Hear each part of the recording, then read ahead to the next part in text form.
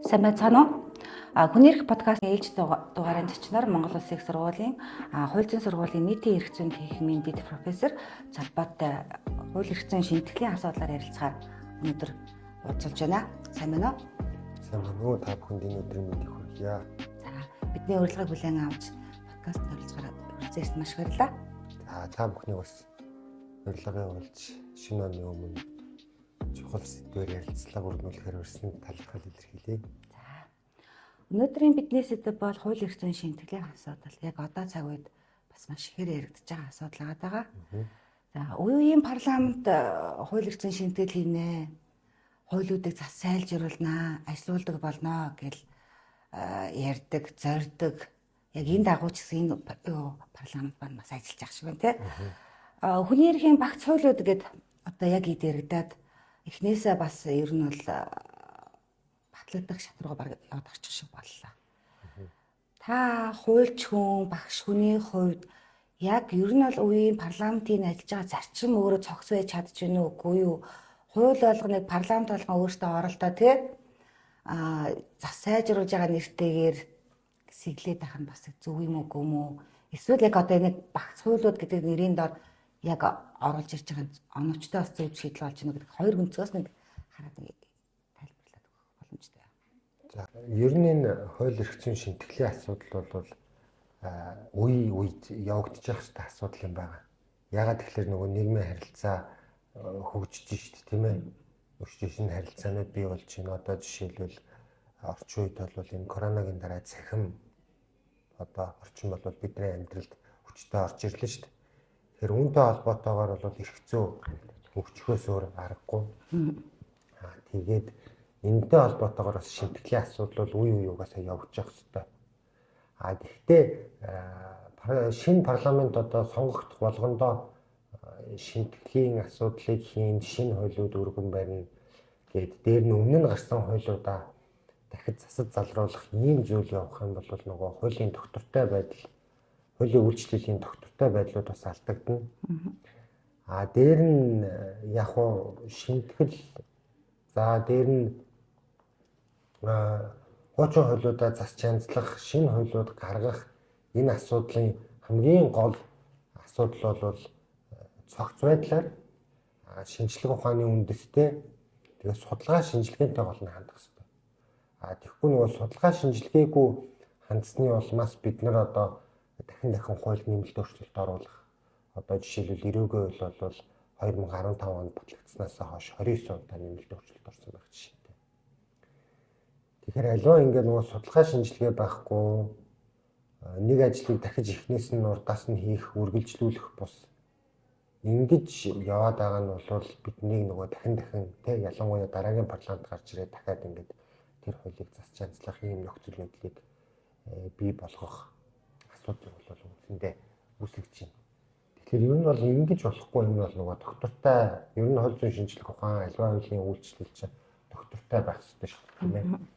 Тэгэхээр доктортой байдлыг авдагдуулж байгаа ийм зүйл болж байна гэж ер нь бол үзэж байна. Хууль зүйн сайд асан Нямбатар 2022 онд шинтгэл эрх зүйн шинтгэл хөтөлбөр 2-ыг батлуулнаа гэдэг юм байсан. Тэрнээс хойш бол нэлээд олон эрчимтэй ажлуудыг хийж байна л да. Хүний эрхийн багц хуулиуд маань одоо ерөөхдөө нэлээд ахичих шиг боллоо. Эрүүгийн хэрэг хянждуулах тухай батлагдчихлаа. Одоо бол жигсаал цуглаан хийх тухай, журмын тухай хуулиас ахуулаад хэрний идэх хэрэгчлэн тухай яригдчихэв. Тэгээ бас дагалдах хуулиуд тий. Тэгэхээр эдгээр шинтгэлийн процесс маань одоо энэ өнгөрч байгаа 2 жилийн хугацаанд хэр агсан гэж та харж байгаа юм. За ер нь эрх зүйн шинтгэлийн асуудал 1999-92 онд анх за манай чимэд багш тэгээд бусад судлаачид за түүнд бол манай их мэнд Жамсан актив хэмжээнд ингээд ороод явсан тухай үед бол бид нэр суур системийн хуулиудаа бол үндсэндээ шинжилж батлаад тий эргэн захиргааны салбаруудад ямар хуулиуд шаардлагатай юм гэдэг тэр хуулиудаа бол батлаад ингээд явсан. За 22 онд Нямбатар сайд байхдаа бас эрх зүйн шинтгэлийн хөтөлбөрийн асуудлыг эхлүүлсэн. Тэгээ сая бас шинэ хууль зүйн сайд алтан гэрэл гарч ирээд сая засгийн газрын 4 жилийн стратеги төлөвлөгөөнд хөтөлбөрт бас эрх зүйн шийтгэлийн хөтөлбөр 2 гэдэг асуудлыг хийгээд тэгээ сая манай Мосийн хууль зүйн сургуулийн Герман Европын эрх зүйн төвтэй хамтраад нэлийн том эрдэм шинжилгээний хурал зохион байгуулсан. Тэгээ эрх зүйн шийтгэлийн хөтөлбөр 2-ын яг гол үзэл санаа одоо үндэслэл юу юм гэхээр эхний тэр эрх зүйн шийтгэлийн хөтөлбөрийг үргэлжлүүлнэ. Одоо дахиж ингэж эхлэн гэсэн үг биш. Тэр чинь 1990 онд эхэлчихлээ шүү дээ, тий. Тэгээ тэр зүйлийг үргэлжлүүлээд ингэж явна.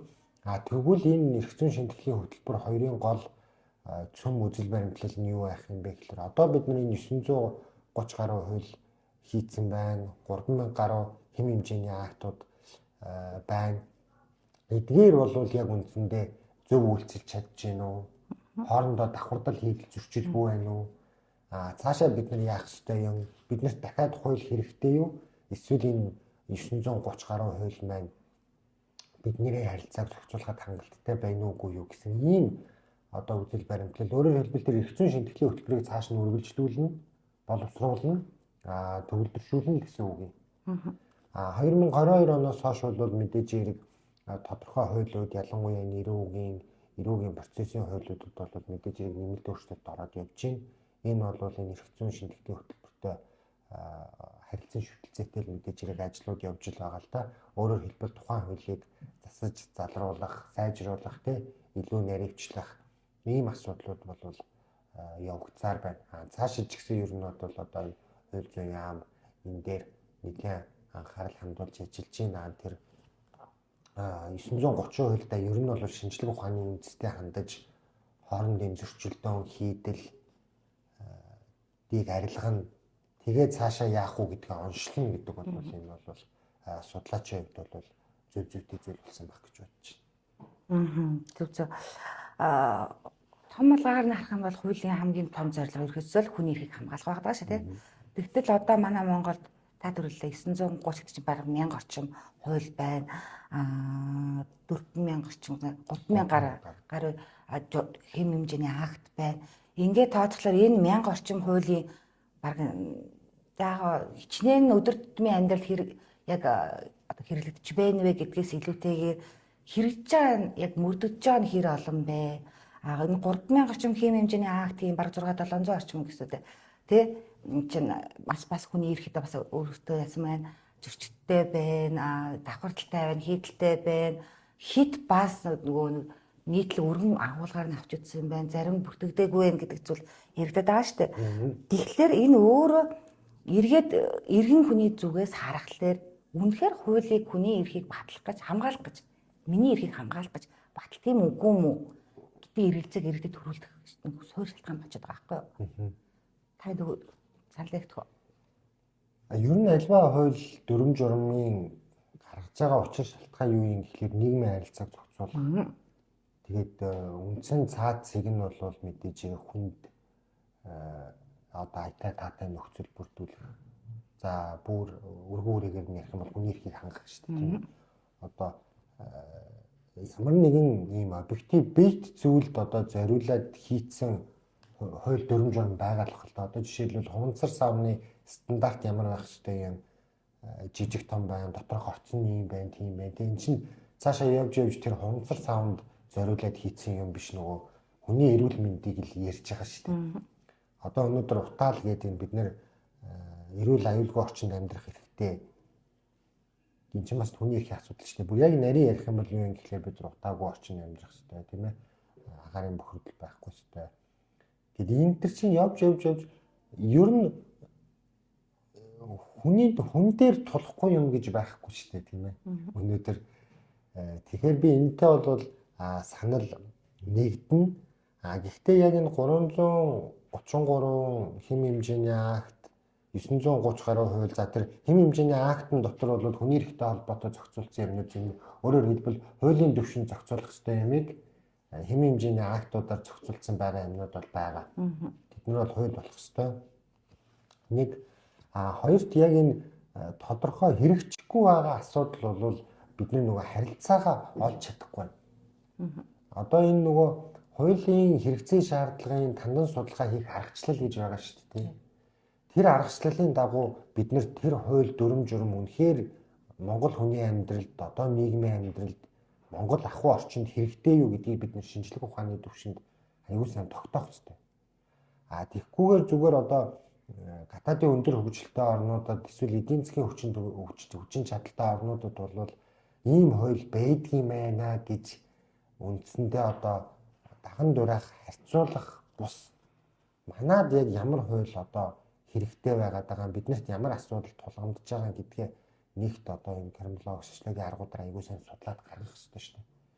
Тэгхгүйгээр ингээд хууль тогтоогч нар өөрөөр хэлбэл тэр хуулийн хэрэгцээ шаардлагыг тогтоогоогүй ижиж ингээд хуулиуд гаргаад тавьчихаар нөгөө хууль чинь үндсэндээ ажиллахгүй шүү дээ. Тэгээ ингээд хэрэгцээ шаардлагагүй хуулиуд байгаад байгаа юм шиг харагдаад байна.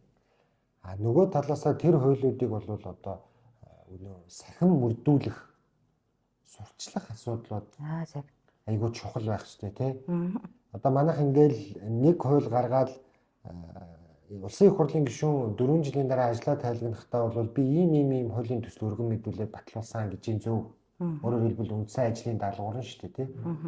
Гэхдээ тэр хуулиа батлуулаад дараа нь тэрийг сурчлах, таниулах, яаж хэрэглэхийн гэдэг зүйлээ цогцоор нь хийж гүйцэх хэрэгтэй байхгүй. Тэгэхгүй ингээд өөрийнхөө ажлын даалгаврыг гүйцээх гэж байгаа юм шиг нэг хууль гаргачаад тэгээ нөгөөх нь дараа нь нэг томхогийн шин чанартай болоод үлдчихдэг тий.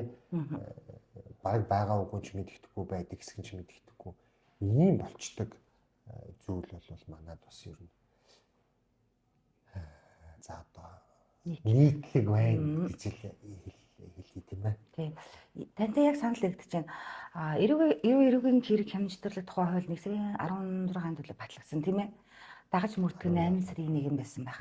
Энэ 7 сарын хугацаанд 6 сар гарангийн хугацаанд хуулийг сурталчлах, нөгөө сургалтыг явуулах, нэг юм өөрөө ойлгох гэдэг процесс ажиллагаанд хийгдэх ёстой байсан боловч тун баг хийгдсэн. Яг энэ асуудал дээр хүний эрхийн өмсөх хамс маш шүүмжлэлтэй хандсан байгаа даа. Ер нь хууль хэрэгжихгүй байгаа үндсэн шалтгаан нөгөө нэг хууль хэрэглээний тий юу хэрэглээ дутуу байна, ойлгохгүй байна. Нөгөө эргэтэнч ойлгохгүй байгаа юм чинь албаагч нь яаж хэрэглэх албаагч нь өөртөө ойлгоогүй гэж яхад нь эргэтэн яаж ярьж юм бас тий ойлгож хүлээж авах уу гэдээс ахуулна. Тэрс хүүхд хамгааллын тухай хууль батлагдсан гэсэн чинь дагалдах журмууд нь одоо бас гүйцэд батлагдаагүй байгаа гэж бодож байна. Ямар ч 11 сарын сүүлээр гээд батлагдаагүй байжсэн. Энэ мэдчлэн нөгөө мянга сайхан хууль батлаад тэрийг зохицуулах, хэрэгжүүлэх дагалдахууд нь огт хэрэгжихгүй байгаа цагт ерөөсөө бидэнд бол нэг ахиц твшил гарахгүй юм шиг надад санагдаад байхгүй юу? Харин тийм бид нөгөө яг энэ одоо юу гэх юм бэ ажлын форматаар гэх юм уу тий явах юм бол бид яг нэг цэгтээ байсаар л байна. Өөрөөр хэлбэл бид зүгээр л цагийг хий үрж ийн гэсэн үг. Бид ажлаа гүйцээхгүй, цогц байдлаар хийхгүй, хийсэн хуулаа аягүй сайн судалгаа шинжилгээтэй хийгээд аягүй сайн хууль гаргацсан ч гэсэн нөгөөдхөө хуулаа яг хэрэгжүүлэх албан тушаалтныг аягүй сайн сургалтанд хамруулах хэрэгтэй.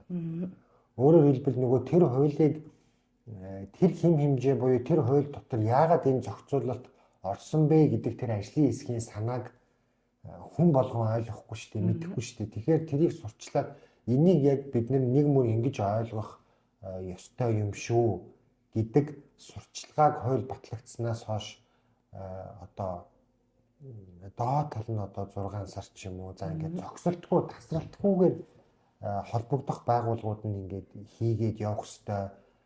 Улсын их хурл маань өөрөө энийг тэр хуулиудаа сахин биелүүлж ард иргэдэд үлгэр дуурайлал үзүүлж тэр хуулийг сурчлах ёстой. За ганцхан улсын их хурлч гэлтгүү одоо энэ захиргааны улс төрийн байгууллагууд ер нь бүгд түүнийг сахин биелүүлж иргэдэд үлгэр жишээ болох ёстой. Яагаад гэх юм бол эдгээр чинь ер нь нийтийн албаагч, төрийн албаагч гэдэг бол нийтийн эрх ашигыг хамгаалж байгаа, хэрэгжүүлж байгаа субъект гэж өөрсдийгөө ойлгох ёстой шүү дээ. Тийм ээ. Тийм учраас тэр улсууд бол хамгийн түрүүнд энэ хуулийг сурчлаад өөрсдөө тэр хуулийг сахин биелүүлж үлгэр жишээ дагаж ард иргэдэд одоо сурчлах хэрэгтэй. Тэгээд давхар яг тэр шинжлэх ухааны одоо үндэстэн таарсан мэрэгжлийн арга зүй эзэмшсэн хүнээр сургалт явуулах хэрэгтэй.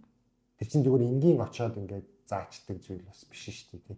Яагаад хууль зүйн шинжилгээ ухаан гэж байгаад байгаа? Яагаад хуульч гэж байгаад байгаа? Хэрвээ хагалгааг эмчил хийдэг бол эмчил хийх ёстой шүү дээ. Энэ нэг хүн ирээд хийх ёстой шүү дээ. Одоо ёсгүй шүү дээ ч яг боломжгүй шүү дээ. Яг тэр шиг одоо мэрэгжлийн арга зүй эзэмшсэн багш судлаачдаар тэр судалгааг хийлгээд дараа нь заалгах хэрэгтэй.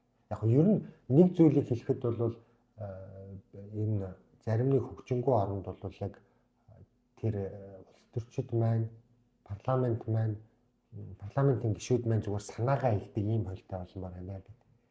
Тэгээд тэрийг мэрэгжлийн яг хуульч тэр дундаа эрдэмтэд арга зүй эзэмшсэн улсууд боловсруулад тэгээд ийм гаргадаг бас форматууд байна.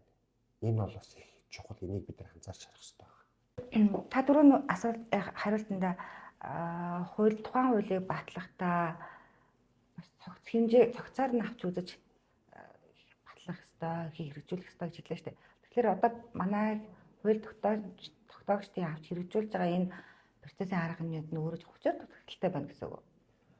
Яг уу цогц байдлаар гэдэг нь би юг хэлж байгаа юм гэхлээр эхлээд тухайн хуулийг гаргахдаа асар том судалгаа хийх хэрэгтэй. Манай Монгол хүний амьдралд нийцэж гин үү? Үнэхээр энэ хууль хэрэгтэй байна уу? Манайд энэ проблем байна уу? Дээр нь манай үндэсний эрх зүйн тогтолцоо онцлог юу вэ гэсэн ихний том судалгаа.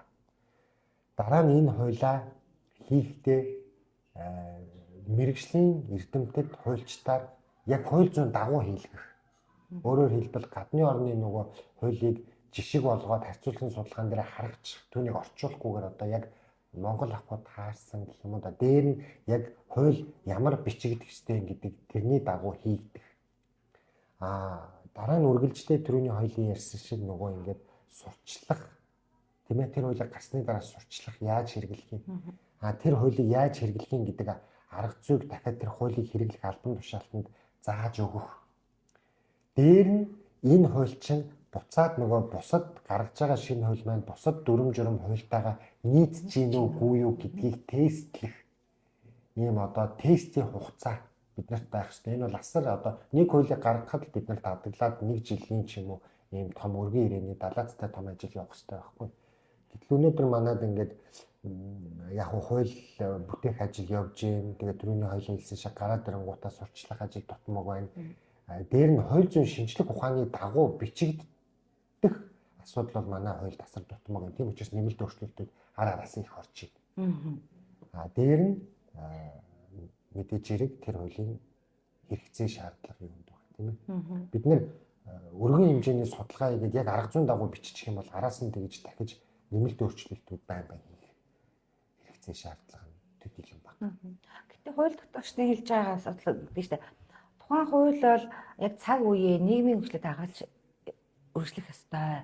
Тийм болохоор шинтгэлийн асуудал нэмэлт өөрчлөлтийн асуудал бол цаг ямагт яригнаа л гэдэг чинь зөв. Гэхдээ системийн том хуулиуд өөр.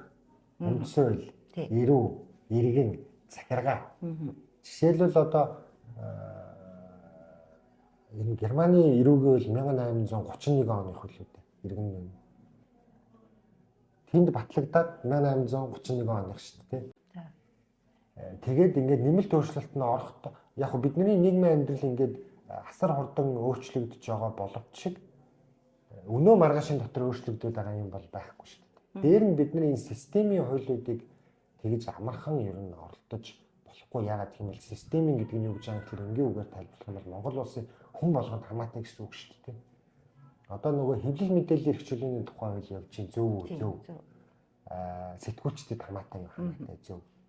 Түүнийг дагаад эрүүгийн хуульд өөрчлөлт орно гэвэл эрүүгийн хууль чинь тэр чигээрээ Монгол улсын иргэн болгонд хамаарч байгаа шүү дээ. Тэгэхээр бид нар тэрийг одоо асар нухацтай харж үзэх хэрэгтэй. Гэтэл дагаад өөрчлөгдөхөөр яригдж байгаа зү чинь. Тийм.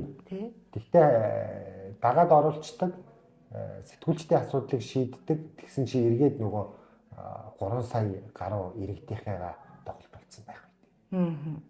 13-14-ийг одоо энэ хуулиас гарах ёстой гэдэг асуудал яригдж байгаа шүү дээ. Ялангуяа дотоод самбаа гишүүнээс ахуулаад яг манлайлаад энэ ажиллаад байх шиг байна. Та яг өөрөө асуудал дээр ямар болтой байна? Сэтгүүлчд буюу одоо энэ хэвлэл нийтлэгийн үзэл бодол одоо энэ худал мэдээлэл энэ 13 шиг худал мэдээлэл тарах.